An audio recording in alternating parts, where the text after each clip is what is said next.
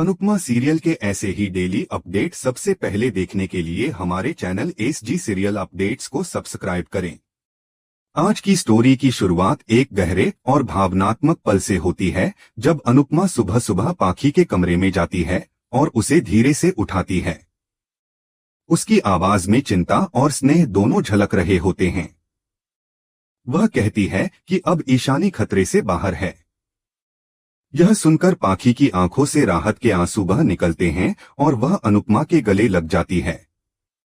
कांपती आवाज में पाखी कहती है कि वह एक बुरी मां है, जिसने अपनी बेटी को ठीक से संभाल नहीं पाया। रोते हुए वह यह भी स्वीकार करती है कि अब उसे समझ में आया है कि जब औलाद अपने माँ बाप को दुख देती है, तब उन पुराने जख्मों का दर्द कितना गहरा होता है, जो कभी उसने खुद अपने माता पिता को दिए थे। अनुपमा उसे चुप कराने की कोशिश करती है, लेकिन पाखी का अपराध बोध उसकी बातों को रोक नहीं पाता। पाखी फूट फूट कर कहती है कि ईशानी की हालत की जिम्मेदार वही है। अनुपमा हैरान होकर पूछती है कि आखिर ईशानी के साथ ऐसा क्या हुआ जो वह खुद को इतना दोषी मान रही है। पाखी कांपती आवाज में बताती है कि ईशानी को वरुण नाम का लड़का ब्लैकमेल कर रहा था। अनुपमा यह सुनकर चौंक जाती है और पूछती है कि यह वरुण कौन है। तब पाखी बताती है कि वह ईशानी के इंस्टीट्यूट का लड़का है, जो कुछ महीनों से उसकी जिंदगी में आया था। वह कहती है कि एक दिन वह बिना बताए ईशानी के कॉलेज पहुंच गई थी और जो उसने वहां देखा, उसने उसे झकझोर कर रख दिया। फ्लैशबैक में दिखाया जाता है कि ईशानी वरुण से कह रही थी कि अगर उसे पता होता कि वह उसके इमोशन के साथ खेल रहा है, तो वह कभी उससे प्यार नहीं करती। वरुण एक ठंडी मुस्कान के साथ कहता है कि अब बहुत देर हो चुकी है, अब सिर्फ वही होगा जो वह चाहेगा। यह सुनकर ईशानी के चेहरे से खून उतर जाता है।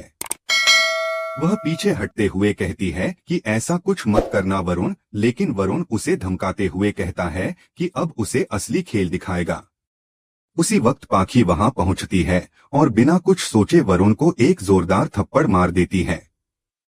उसका चेहरा गुस्से से लाल है और वह सख्त लहजे में वरुण को चेतावनी देती है कि अगर उसने दोबारा ईशानी को परेशान करने की कोशिश की तो वह उसके खिलाफ रैगिंग और हरासमेंट का केस दर्ज करा देगी।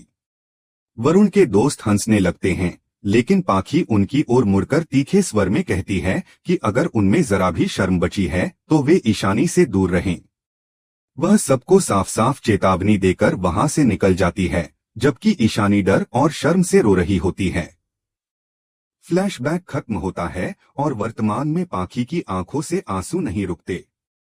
वह कहती है कि वही वरुण अब ईशानी को ब्लैकमेल कर रहा है। वह अपने फोन में ईशानी की फोटो और वरुण के धमकी भरे मैसेज अनुपमा को दिखाती है। अनुपमा के चेहरे पर सन्नाटा छा जाता है। वह गुस्से और दर्द से भर उठती है। पाखी कहती है कि वह सिर्फ अपनी बेटी को बचाना चाहती थी। अगर वरुण ने यह फोटो सोशल मीडिया पर लीक कर दी तो ईशानी की जिंदगी बर्बाद हो जाएगी। अनुपमा समझाने की कोशिश करती है, लेकिन पाखी डर के मारे कहती है कि वह वरुण को पैसे देकर सब खत्म कर देगी। अनुपमा दृढ़ आवाज में कहती है कि गलत इंसान को बार बार पैसे देना किसी समस्या का हल नहीं है, बल्कि यह उसे और हिम्मत देता है। पाखी असमंजस में पड़ जाती है और रोते हुए पूछती है कि वह आखिर करे तो क्या करे। अनुपमा उसके कंधे पर हाथ रखती है और कहती है, अब डरने का नहीं, लड़ने का वक्त है। अगर हम अब चुप रहे तो ऐसे लोग और लड़कियों की जिंदगी बर्बाद करेंगे। इसके बाद अनुपमा और पाखी ईशानी के पास पहुंचती हैं।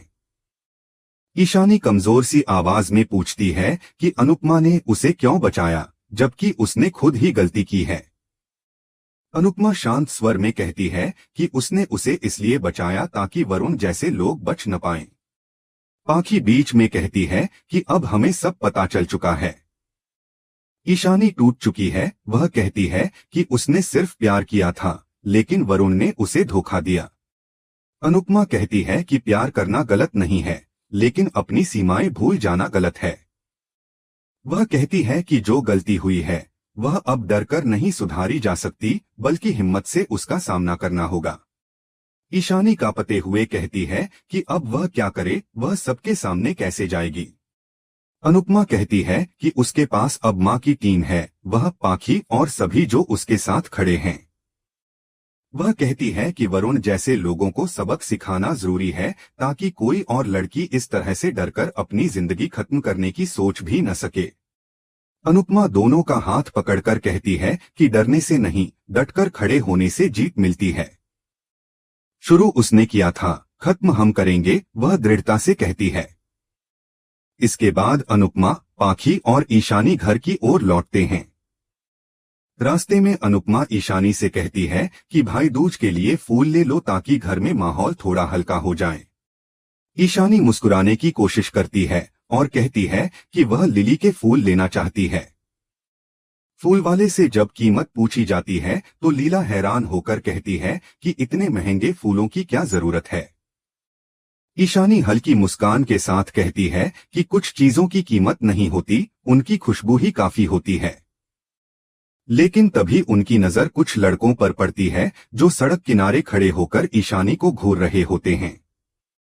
उनमें से एक अपने मोबाइल में कुछ दिखा रहा होता है और सब हंस रहे होते हैं।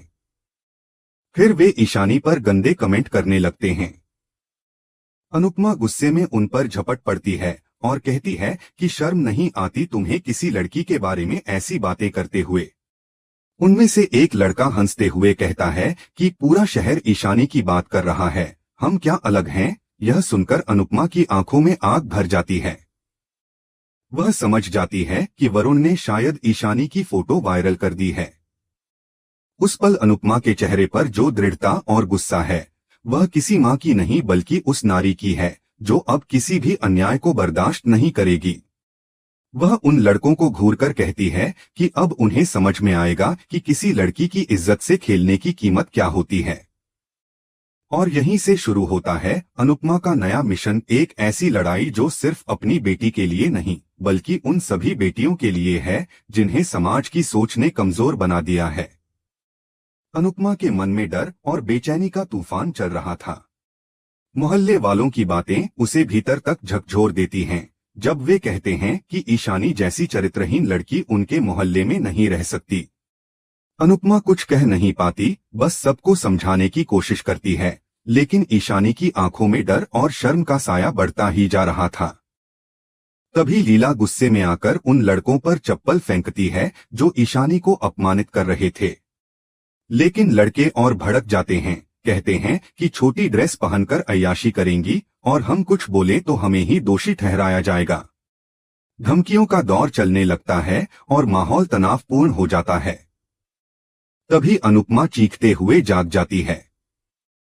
यह सब एक सपना था, एक डरावना सपना जो उसकी नींद तोड़ देता है लेकिन दिल में भय का बीज बो देता है।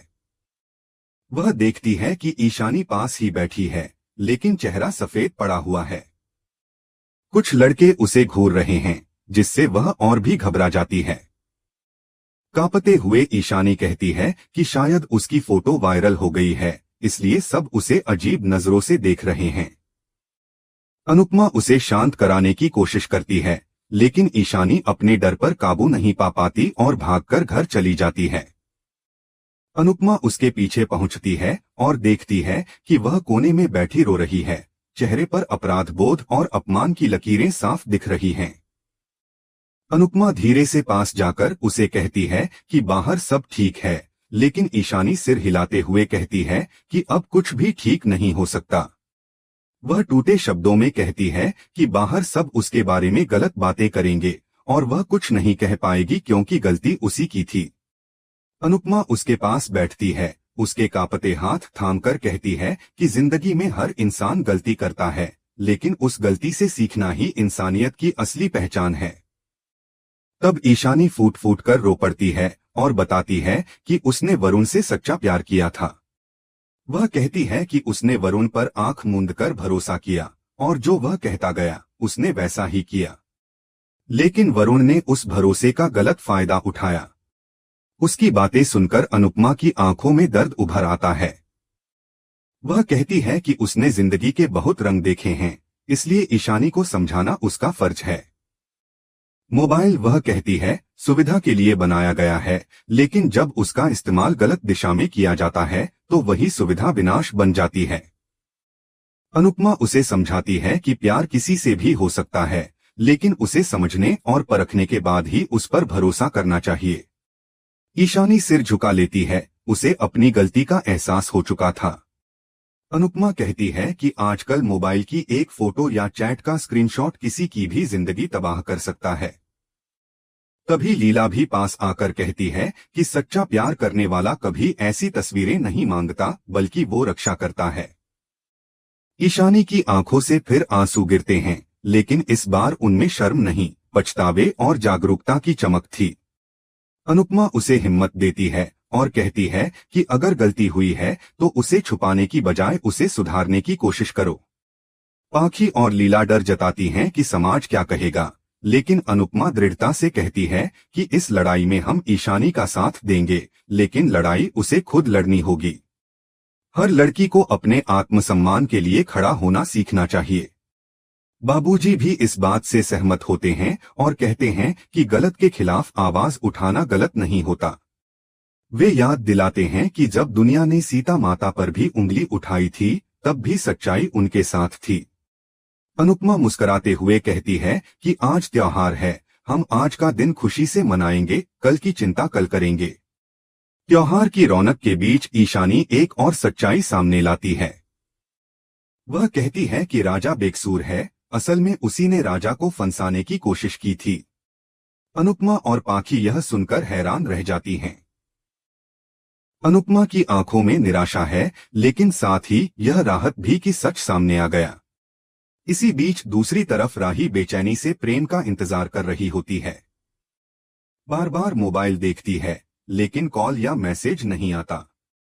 वह कहती है कि प्रेम ने अब तक कोई कॉल नहीं किया, शायद वो नाराज है।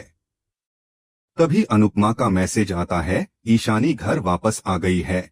यह खबर सुनकर राही थोड़ा सुकून महसूस करती है, लेकिन उसी वक्त प्रेम अचानक उसके सामने आ जाता है। राही के चेहरे पर राहत के साथ गुस्सा भी झलकता है। वह प्रेम से पूछती है कि वह कहाँ था। प्रेम जवाब देता है कि वह काम में बिजी था। राही गुस्से में कहती है कि क्या वह इतना बिजी था कि एक मैसेज का जवाब भी नहीं दे सका। प्रेम हल्के स्वर में हाँ कह देता है।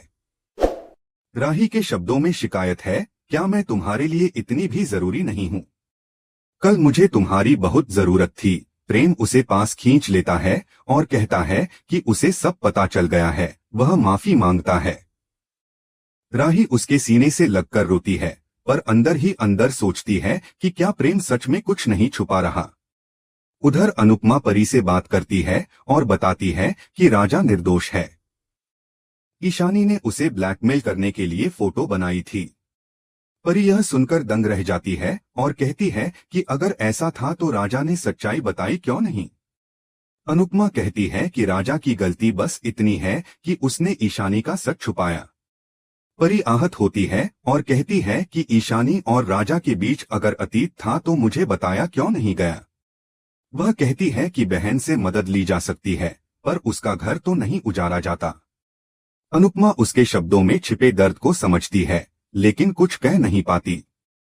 उसका चेहरा चिंता से भर उठता है, क्योंकि वह जानती है कि यह सब खत्म नहीं हुआ है।